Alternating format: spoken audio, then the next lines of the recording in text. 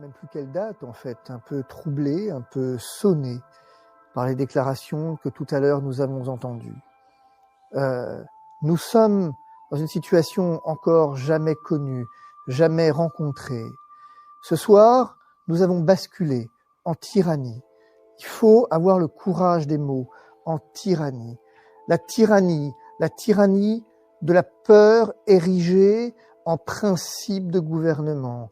Le gouvernement joue avec nos peurs, il nous fait peur. Le gouvernement cherche à nous tyranniser au sens littéral du terme. C'est parfaitement clair. Il cherche à jouer sur la terreur, il cherche à nous terroriser. Tandis que ce soir nous avons assisté à l'abolition de l'état de droit sous nos yeux, soyons clairs, n'ayons pas peur des mots. Vous connaissez mon attachement à cette phrase de Charles Péguy.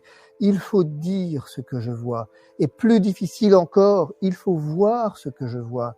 Bien sûr, partout, sur les réseaux sociaux, dans la rue, dans les émissions de télé, seront moqués ces mots de tyrannie, seront moqués ces mots d'abolition de l'état de droit. Il suffit, nous dira-t-on, de vous faire vacciner. Tout ceci est sanitaire, c'est pour protéger, vous protéger et protéger les autres. Ce soir, n'est-ce pas ce qu'on m'a dit lorsqu'on m'a dit que des gens meurent dans la rue, tombent dans la rue, et que je suis un complotiste, un égoïste, à ne vouloir les secourir, à vouloir les sauver. Israël, présenté en modèle jusqu'au bout du bout, jusqu'au bout de l'absurde. Israël, qui s'en est sorti du Covid, nous dit-on. Mais qui y croit encore? Vous? Je sais pas. Mais moi, non. Non, je n'y crois plus. Si tant est que j'y ai cru un jour. Mais je n'y crois plus. Je ne crois plus que tout ceci est sanitaire. Si tant est, j'y insiste, que j'y ai cru un jour. Je vous le dis depuis des mois que tout ceci n'est plus sanitaire. Car enfin, réfléchissons et posez la question à ces ayatollahs de la vaccination. Est-ce que la vaccination protège les autres? Oui, bien sûr, sans nul doute, évidemment, et c'est bien de le dire, et c'est important de le dire qu'elle protège les autres. Mais à ceux-là qui le disent, eh bien, je propose que vous puissiez les inviter à aller voir les études qui sont actuellement menées par Moderna, qu'ils aillent sur le site de l'OMS. Oh, je ne dirai pas ici que le vaccin ne protège pas les autres. Je ne le dirai pas parce que je sais ce que j'encours si je le dis. Alors je ne le dirai pas. Je dis, puisqu'il s'agit, pour avoir une parole publique, de pouvoir encore, pour quelque temps au moins, travestir la vérité. Alors je n'ai aucune peine, non pas tant à la travestir, qu'à vous inviter à aller voir, qu'à vous inviter à la réflexion, qu'à vous inviter à aller faire par vous-même les recherches sur ces questions.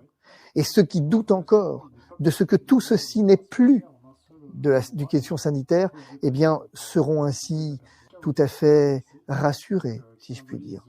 Alors, parlons peu, mais parlons bien. Essayons ce soir d'organiser ce qu'il convient de nommer, sans avoir peur des mots, la résistance. La résistance par l'intelligence, la résistance par la culture, la résistance par le droit. La résistance par la bienveillance.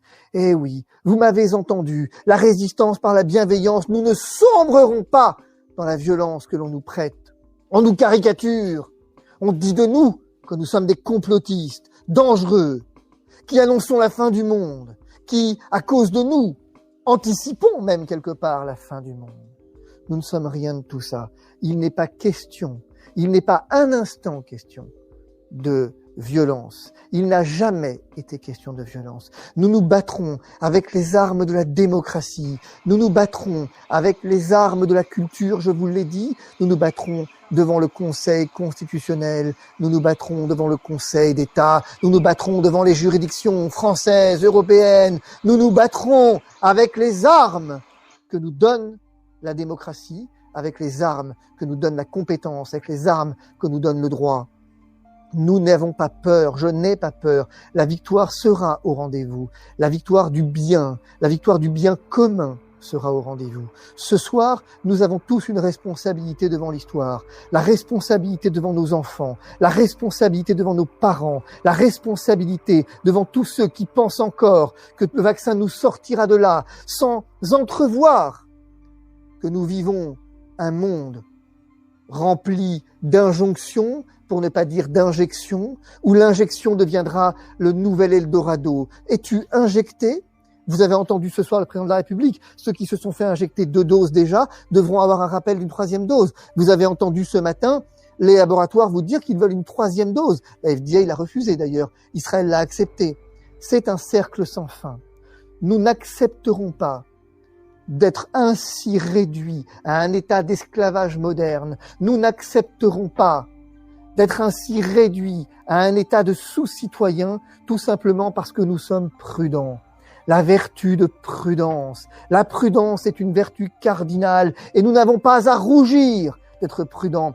Personne n'est anti-vax. Personne ne nie la gravité de ce que nous avons vécu, en tout cas pour ceux qui l'ont vécu. Personne ne nie qu'une épidémie existe.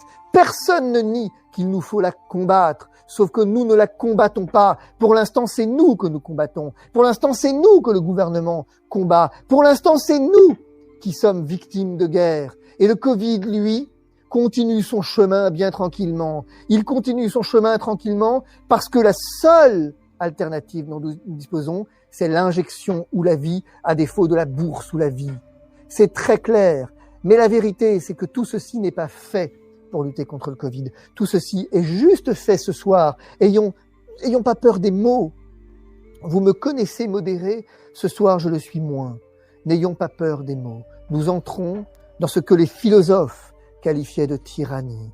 Nous entrons dans ce que les philosophes qualifiaient d'ordre finalement d'abolition de l'état de droit. Ce que les sciences politiques nous qualifient d'abolition de l'état de droit. Alors, ce soir, j'invite solennellement tous ceux qui entendent ne pas se soumettre à la volonté du prince, tous ceux qui entendent ce soir ne pas se soumettre à quelque chose qui, en 3 semaines, au cœur de nos vacances, nous saisit par surprise, avec une urgence dont on ne comprend toujours pas la nature. Et je me fiche bien des médecins ici et là qui pensent tout savoir, qui pensent pouvoir effectivement tout dire, mais ne rien savoir, tout en ne sachant rien. Je me fiche bien de tous ceux qui ce soir nous traiteront de que sais-je, de ceci ou de cela. Ce qui m'intéresse, c'est tous ceux qui souffrent, tous ceux qui ont peur, tous ceux qui ce soir se sentent effectivement l'âme de résister, ce soir qui se disent qu'ils ne vont pas céder. Ne cédez pas au chantage. Il n'y a pas de vaccination pour faire plaisir. Il n'y a pas de vaccination pour aller dans un restaurant. Il y a une vaccination si vous estimez nécessaire que celle-ci. Si vous estimez important que celle-ci ait lieu, il faut le faire. Si vous estimez nécessaire de vous faire vacciner pour des raisons médicales, faites-le. N'hésitez pas à le faire, si tel est votre choix libre et éclairé. Mais ne cédez pas au chantage. La vaccination n'est pas un acte anodin, contrairement à ce qu'on essaye de vous faire croire. Ça n'est pas une petite injection au terme de laquelle on vous donne une barbe à papa. C'est pas comme ça que ça fonctionne. Si vous avez peur pour votre santé, si vous avez peur pour quoi que ce soit, alors oui, faites-vous vacciner. C'est pas à moi de vous dire de ne pas le faire. Mais ne cédez pas au chantage. Ne vous faites pas vacciner parce que le gouvernement restreint vos libertés. Parce que si vous faites ça, il en restreindra d'autres. Rappelez-vous ce que je vous dis avec solennité depuis le premier jour. Lorsqu'un gouvernement vous emprunte vos libertés, il oublie toujours de vous les rendre. N'avais-je pas raison? Il nous a effectivement imposé des tests à tout va, tout le temps. Il nous a imposé le confinement, le couvre-feu, les masques de manière complètement indifférenciée. Et à la fin de la fin, il en restreint toujours plus des libertés. Et il en restera toujours moins. Alors, pour les soignants d'abord, c'est vers vous que vont mes pensées ce soir. C'est vers vous que vont véritablement mes premières pensées du soir.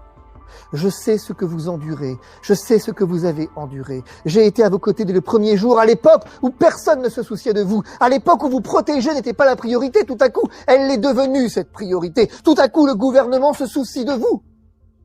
Mais la vérité, c'est que depuis le premier jour, le gouvernement vous a laissé combattre sans armes ni munitions. Qu'à l'époque, au mois de février, lorsque j'ai saisi le premier la justice pour que vous ayez des FFP2, vos syndicats m'ont ri au nez, vos ordres n'ont pas réagi. Les mêmes journalistes qui aujourd'hui en appellent à la solennité de la protection et ricanent parce que nous voulons nous montrer prudents, jadis, ricanaient parce que nous voulions nous montrer prudents, justement.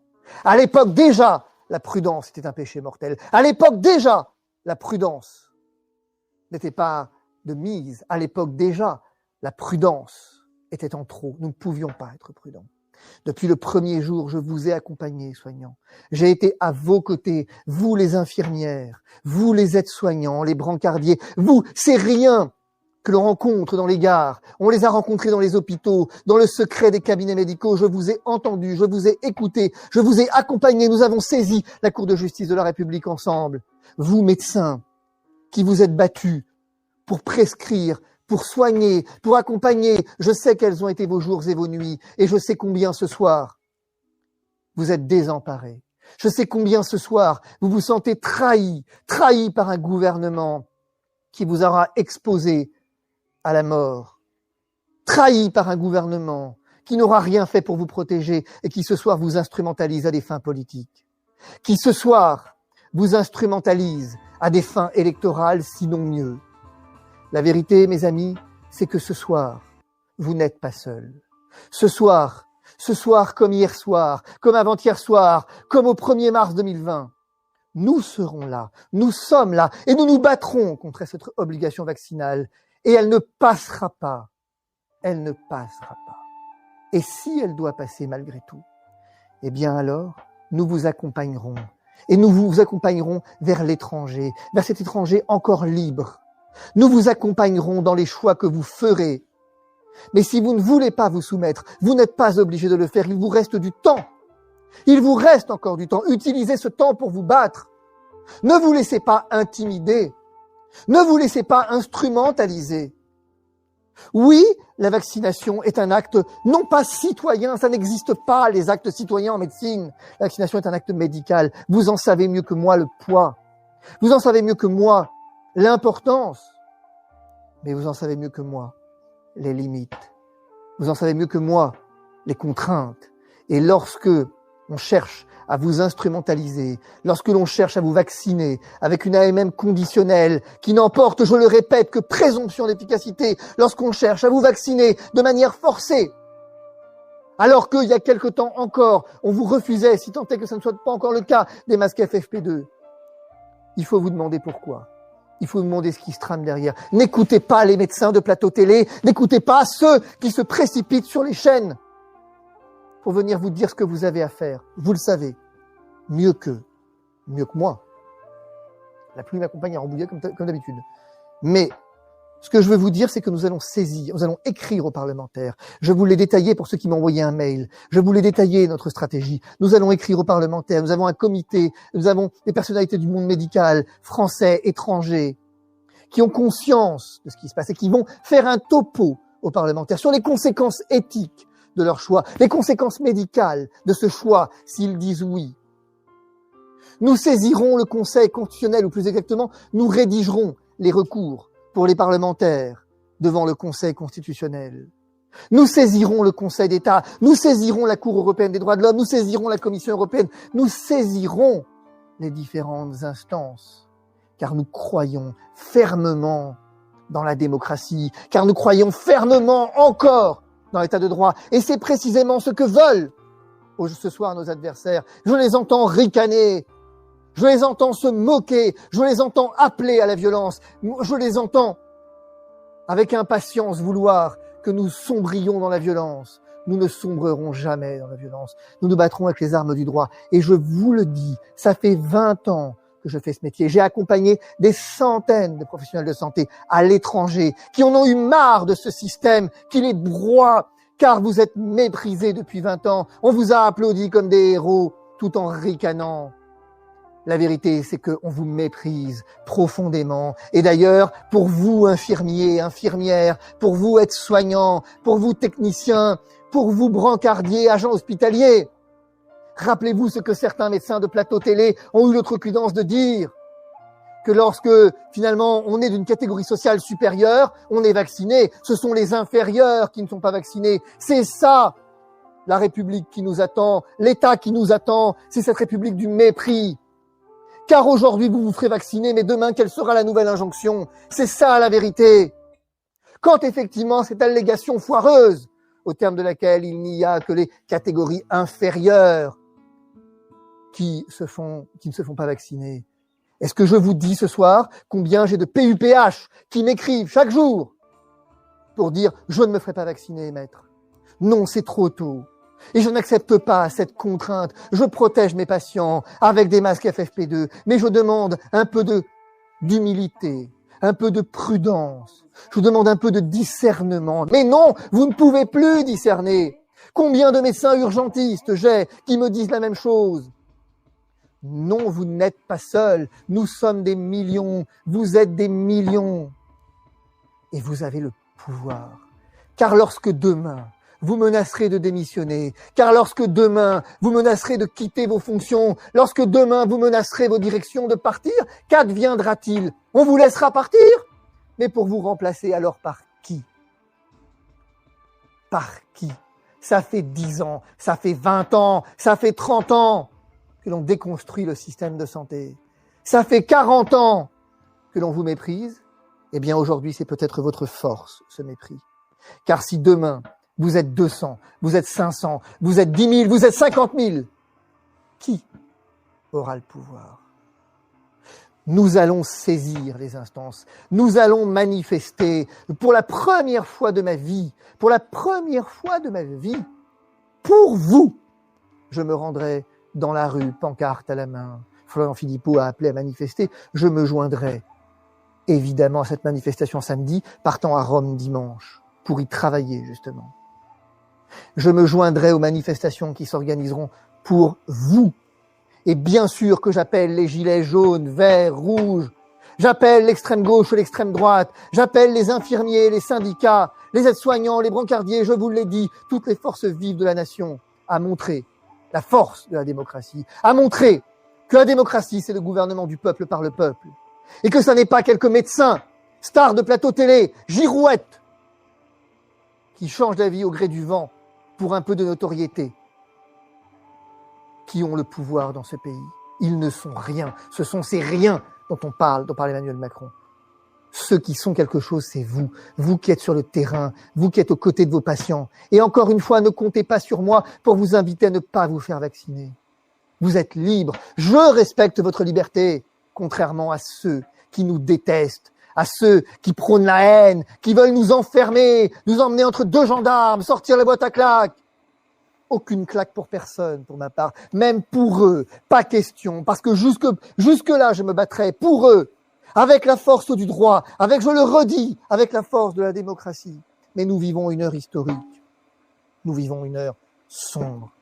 Nous avons basculé dans la violence. Mais la violence, c'est pas nous qui la générons. C'est celui qui, ce soir, a fait ce discours de guerre contre, non plus contre le virus, mais contre nous, qui use de la violence des mots qui se répètent depuis une semaine.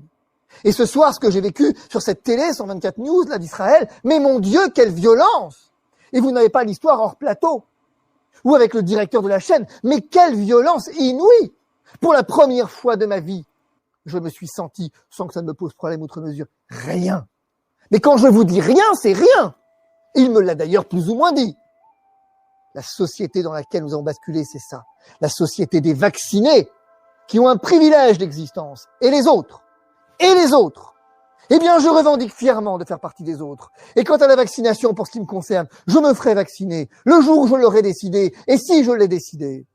Et si je dois partir, je partirai, je l'ai toujours dit. Ça ne me pose aucun problème.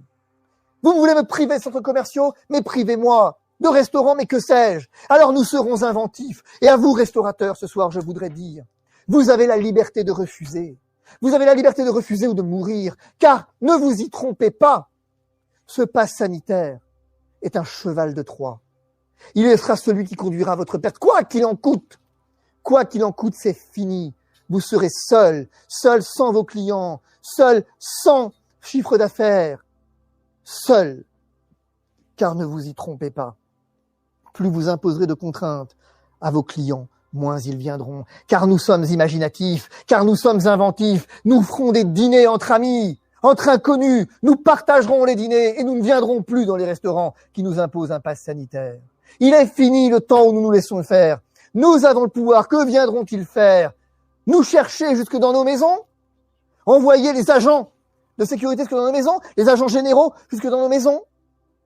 Eh bien, qu'ils le fassent, mais qu'ils le fassent. Et nous continuerons de nous rassembler. La solidarité sera notre force. La fraternité sera notre mot d'ordre. Je vous l'ai dit. Nous serons inventifs. Nous ne pourrons plus aller au cinéma. Eh bien, nous n'irons plus au cinéma. Puisqu'effectivement, les vaccinés nous disent, puisque c'est ainsi qu'il faut nécessairement qualifier les gens entre vaccinés et non vaccinés, puisqu'on ne veut pas de nous. Eh bien, il n'y a pas de problème. Laissons-les entre eux. C'est bien plus amusant de se retrouver entre amis. C'est bien plus convivial de se retrouver entre gens qui partageons les mêmes valeurs, les valeurs de la liberté, les valeurs de la solidarité, les valeurs de la démocratie. Ce soir, c'est en tant qu'avocat que je vous parle. Avocat chargé de la défense. La défense est mon métier. La défense est ma vocation. La défense est mon engagement. Dans un ouvrage, Jacques Trémollet de Villers, à propos de Berryer, qui s'appelle Les Fleurs d'Ulysse, eh bien, effectivement, expliquait que le stagiaire qui prête serment à la première chambre doit savoir qu'il sera seul. Seul face aux médias, seul face aux juges, seul face à l'opinion, seul face à l'histoire aussi. Eh bien, ce soir, je peux dire à mon confrère qu'il se trompe. Je ne suis pas seul. Nous sommes plusieurs. Mes confrères, avec qui, vous le savez, j'ai quelques différends. Mais je salue ici l'engagement des uns et des autres. Je salue l'engagement de Carlo Brusa. Je salue l'engagement de tous ceux qui, chaque jour, eh bien, essayent de faire en sorte de restaurer nos libertés. Ils ont subi bien des choses. Ils ont subi bien des railleries, bien des moqueries, peu importe. J'en ai subi aussi. Mais nous sommes là. Ce soir, c'est une profession qui est derrière vous. La profession d'avocat. L'avocat de la défense. Ce soir, nous ne représentons pas nous-mêmes. Nous représentons la grande tradition de la défense. Nous représentons ce soir la grande tradition de la défense pour la liberté, de la défense pour les droits fondamentaux. Alors concrètement, pour ce qui nous concerne, voilà, manifestez-vous. Si vous ne vous manifestez pas, je ne pourrai rien faire. Mais jusqu'au bout, je me battrai. Jusqu'au bout, et quelle que soit l'issue de ces procédures, nous vaincrons. Nous vaincrons parce que la démocratie vainc toujours, parce que la liberté a toujours le dernier mot. Et peu importe ce qu'on pense de nous, peu importe ce qu'on dit de nous, il est encore de notre responsabilité de faire comprendre à la veille d'une élection cruciale que nous avons le pouvoir. Et tout ceci n'est que du cinéma. Le droit, j'en suis convaincu ce soir, reprendra sa force. Je veux saluer ici tous mes collaborateurs. Je veux saluer ici, je ne les nommerai pas pour pas durer trop longtemps, mais je voudrais tellement les nommer chacun, qui depuis des mois se donnent jour et nuit, qui depuis des mois ne comptent plus les heures. Et pourtant, parmi ceux-là, certains sont vaccinés, d'autres sont pro-confinement, certains ont même voté Emmanuel Macron et revoteront probablement, peut-être, Emmanuel Macron. Mais c'est ça, la force de la défense. Nous nous effaçons devant le seul office qui compte, celui de la défense. Si on veut mettre en prison dans la dictature les avocats, c'est pas pour rien. Nous ne nous tairons pas. Nous ne nous laisserons pas faire. Nous sommes des millions. Et nous n'accepterons pas le chantage auquel on tente de nous soumettre. Ça ne marchera pas. Laissez-moi vous le redire, ça ne marchera pas. Et dans la Bible, il y a une grande tradition, c'est lorsque vous répétez 3 fois quelque chose, c'est pour en marquer la solennité et l'importance. Alors, laissez-moi vous le redire, ça ne marchera pas. Nous ne nous laisserons pas faire. Je vais prendre un temps pour répondre à vos questions, mais je vous en conjure, ce soir, n'ayez pas peur, n'ayez pas peur, n'ayez pas peur. Tout ça, c'est du cinéma. Et nous sommes là, tous, autant que nous sommes. Les avocats de France sont là pour vous défendre, sans aucune peine. Je suis là, particulièrement à vos côtés soignants, je suis là. Quant à moi, quant à savoir si je vais rester en France ou pas, la question se posera en son temps. Moi, je peux aller n'importe où. Je m'en fiche, en réalité. Et même si je reste en France, je ne me bats pas pour moi. Mon Dieu, être privé de son commercial, ça me prend des économies. Quand effectivement au test PCR, s'ils veulent me faire de toute façon, je prends pas le transport en commun, je prends la voiture. C'est beaucoup plus agréable. Donc, je veux dire, ça n'impactera pas ma vie, mais je sais que ça peut impacter la vôtre. Et je suis là à vos côtés. Et ce soir, je vous le redis en tant qu'avocat de la défense. Je vais essayer de regarder. Départ de la manif de samedi, je ne sais pas. C'est pas moi qui l'organise. Je n'organise rien. Encore que le temps viendra peut-être où j'organiserai des choses. Peut-être qu'il viendra un moment où je vous l'ai dit, j'en appellerai au rassemblement des forces vives de la nation. Mais pour l'instant, Florian Philippot le fait parfaitement et je n'ai aucune raison de me prendre la tête avec ça. Comment faire pour me contacter? Eh bien, écoutez, oserais-je vous dire que vous avez mon mail, fdv@divisio.fr. Voilà, n'en abusez pas, vraiment, parce que je suis vraiment très occupé, vraiment, mais vraiment très occupé. Je dors 3h30 par nuit, je suis extrêmement pris, je monte quasiment plus à cheval là en ce moment, ça devient assez dur parce que je m'occupe de tous ces recours les uns derrière les autres. Je sacrifie beaucoup de mon temps, beaucoup de ma vie personnelle, ce qui me donne l'occasion ici de saluer, de vraiment saluer avec tout l'amour qui est le mien, mon épouse et chacun de mes enfants, qui m'accompagnent, qui acceptent les sacrifices familiaux que ça suppose. Ensuite, les questions qu'on me pose, vous allez faire quoi? Je pense que je vous l'ai expliqué.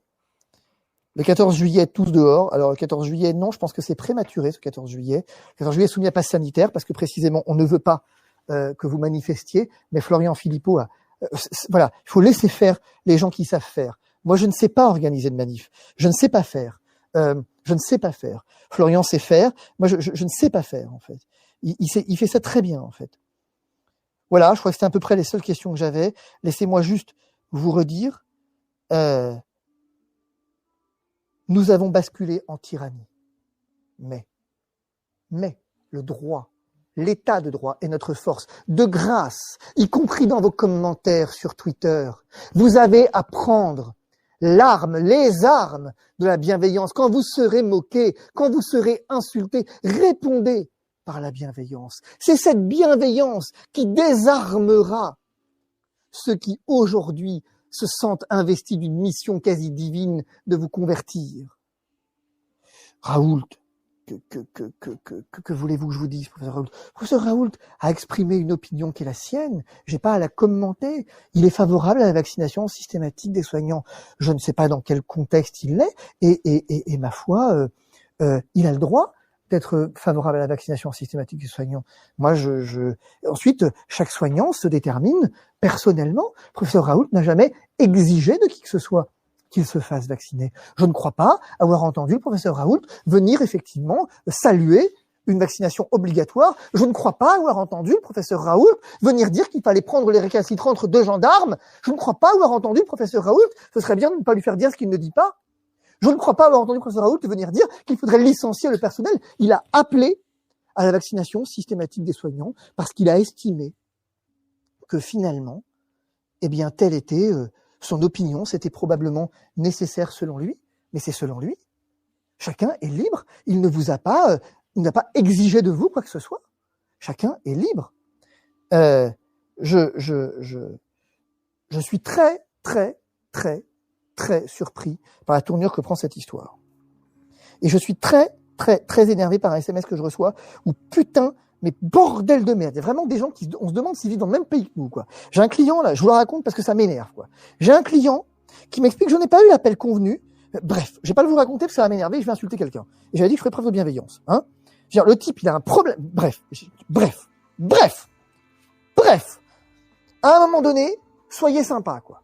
Soyez juste sympa parce que putain, ça va m'énerver et c'est vraiment pas le moment où il faut que ça m'énerve, là. Mais vos putains de petites personnes, là, hein? Avec vous, hein? Bon, voilà, quoi. Je m'occupe de tout le monde. Dans ce cabinet, on est 9, bientôt 10. On est 10 à s'occuper de vous, de chacun d'entre vous. On répond à tous les appels, systématiquement. Jour, parfois nuit. Alors quand j'ai 2 heures de retard, le jour où on bascule en tyrannie sur un problème qui n'a rien d'urgent, voilà, quoi.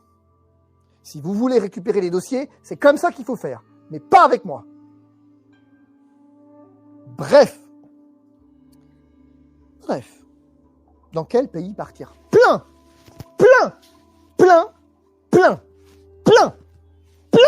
a plein. Mais alors, vous imaginez même pas à quel point. Vous imaginez même pas à quel point. Mais plein. Ne croyez pas ce qu'on vous dit. Ne croyez pas qu'effectivement la dictature est mondiale. C'est pas vrai. C'est pas vrai. C'est pas vrai.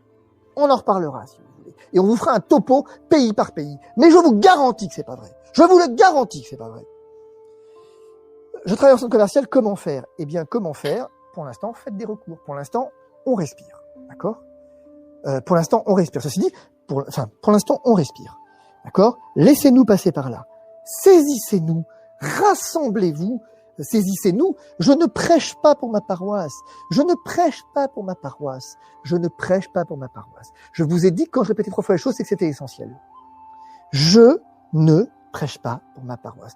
J'ai un caractère qui est le mien. J'ai une personnalité qui est la mienne et je peux aisément entendre que vous vous sentiez mieux qu'un confrère ou peu importe. Voilà, peu importe. Je ne vous demande même pas, je ne suis pas en train de démarcher qui que ce soit, mais vraiment pas pour le coup. Vous avez des confrères qui sont absolument extraordinaires dans cette crise, chacun à sa mesure. J'ai écouté hier soir des propos avec Louis Fouché, pardonnez-moi confrère, mais je suis ce soir un peu fatigué et j'ai oublié votre nom sur ce live avec Louis Fouché qui était vraiment très bien. Je veux dire, et j'ai entendu les uns et les autres, pardonnez-moi vraiment aux uns et aux autres de pas me souvenir de votre nom, c'est pas très confraternel, mais je sais ce que chacun vous doit et comptez sur moi pour le rappeler à chacun. Je n'ai absolument aucune paroisse pour laquelle je prêche ce soir. Ni jamais d'ailleurs, mais ce soir en particulier. Voilà. Moi, je n'ai rien à vendre. Voilà. C'est tout. C'est pas mal, en fait. Ma fille au lycée est paniquée. Non. N'ayez pas peur. N'ayez pas peur. C'est ce qu'ils veulent. C'est ce qu'ils veulent. Ils veulent que vous en pleuriez. Ils veulent que vous paniquiez. Non. Non. Le meilleur reste à vivre. Ça, c'est la promesse que je peux vous faire. Un jour, vous raconterai ma vie. Mais ça prendra trop de temps. Mais ceci dit, j'ai pris un certain nombre de coups dans ma vie. Vraiment, violents, très violents. Vraiment.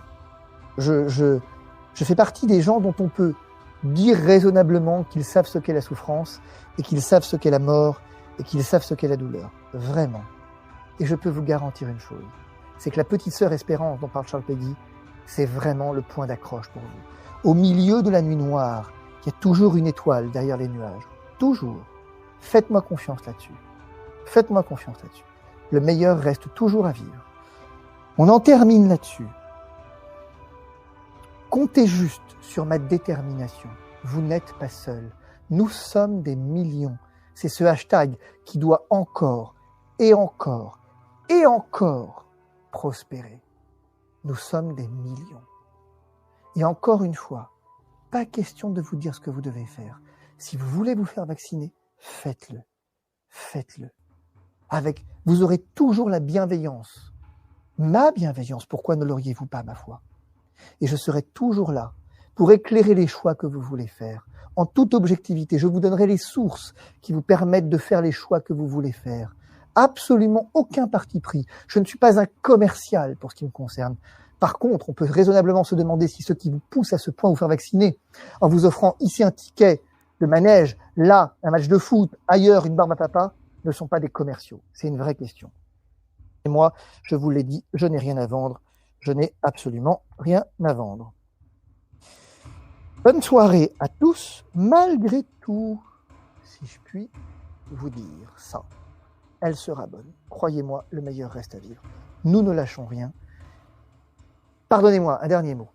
Il faut bien les faire comprendre à Emmanuel Macron, pardon de vous le dire comme ça, mais il est rien, quoi, ni personne. Pardon, mais à un moment donné, je veux dire, nous sommes la France, quoi. Nous sommes la France. Nous sommes la France. Nous sommes la France qui a traversé les siècles. Nous sommes la France qui a rayonné à travers le monde. Et c'est un type sorti de nulle part parce qu'il a quelques points d'accroche avec McKinsey qui va faire plier ce que nous sommes. Mais jamais, jamais. Aucune crainte à avoir. Le meilleur reste à vivre. Bonne soirée à chacun. On me demande si je travaillerai avec mon confrère Maître Guyon. Mais enfin, bien sûr. Mais bien sûr, Guyon, David Guyon, pardonnez-moi confrère, c'était ça votre nom, pardonnez-moi. Vraiment, 1000 excuses. Mais c'était ça, votre nom. Voilà, pardonnez-moi. Votre nom avec Louis Fouché, c'était ça. Votre intervention était brillante. Même si je suis pas forcément d'accord avec vous sur certains points, mais néanmoins, c'est pas grave. Sur un point, bref, vous avez dit hier soir un truc amusant, vous avez dit les gendarmes viendront pas vous chercher pour vous vacciner de force. Tout à coup, je commence à en douter, mais pas encore, disons ça. Voilà. Bref, toutes les forces vives doivent se réunir. C'est terminé, enfin c'est terminé, ça n'a jamais existé, les querelles de chapelle. Non. Moi, j'ai rien à vendre, rien du tout. Et d'ailleurs, si quelqu'un veut le faire à ma place, qu'il le fasse. Aucun problème. Donc moi, je m'en vais à Rome en fin de semaine. Travailler. Et peut-être préparer mon installation. Je sais pas, on verra. Voilà. Bonne nuit. À bientôt. Et ravi, vraiment, de faire partie avec vous de cette aventure. Même plus quelle date, en fait. Un peu troublé, un peu sonné par les déclarations que tout à l'heure nous avons entendues. Nous sommes dans une situation encore jamais connue, jamais rencontrée. Ce soir, nous avons basculé en tyrannie. Il faut avoir le courage des mots, en tyrannie. La tyrannie de la peur érigée en principe de gouvernement. Le gouvernement joue avec nos peurs, il nous fait peur. Le gouvernement cherche à nous tyranniser au sens littéral du terme. C'est parfaitement clair. Il cherche à jouer sur la terreur, il cherche à nous terroriser. Tandis que ce soir nous avons assisté à l'abolition de l'état de droit sous nos yeux, soyons clairs, n'ayons pas peur des mots. Vous connaissez mon attachement à cette phrase de Charles Péguy. Il faut dire ce que je vois. Et plus difficile encore, il faut voir ce que je vois. Bien sûr, partout, sur les réseaux sociaux, dans la rue, dans les émissions de télé, seront moqués ces mots de tyrannie, seront moqués ces mots d'abolition de l'état de droit. Il suffit, nous dira-t-on, de vous faire vacciner. Tout ceci est sanitaire, c'est pour vous protéger et protéger les autres. Ce soir, n'est-ce pas ce qu'on m'a dit lorsqu'on m'a dit que des gens meurent dans la rue, tombent dans la rue, et que je suis un complotiste, un égoïste, à ne vouloir les secourir, à vouloir les sauver. Israël, présenté en modèle, jusqu'au bout du bout, jusqu'au bout de l'absurde. Israël, qui s'en est sorti du Covid, nous dit-on. Mais qui y croit encore? Vous? Je sais pas. Mais moi, non. Non, je n'y crois plus. Si tant est que j'y ai cru un jour.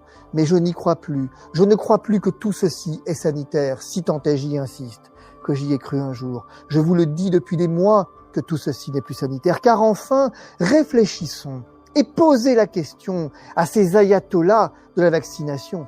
Est-ce que la vaccination protège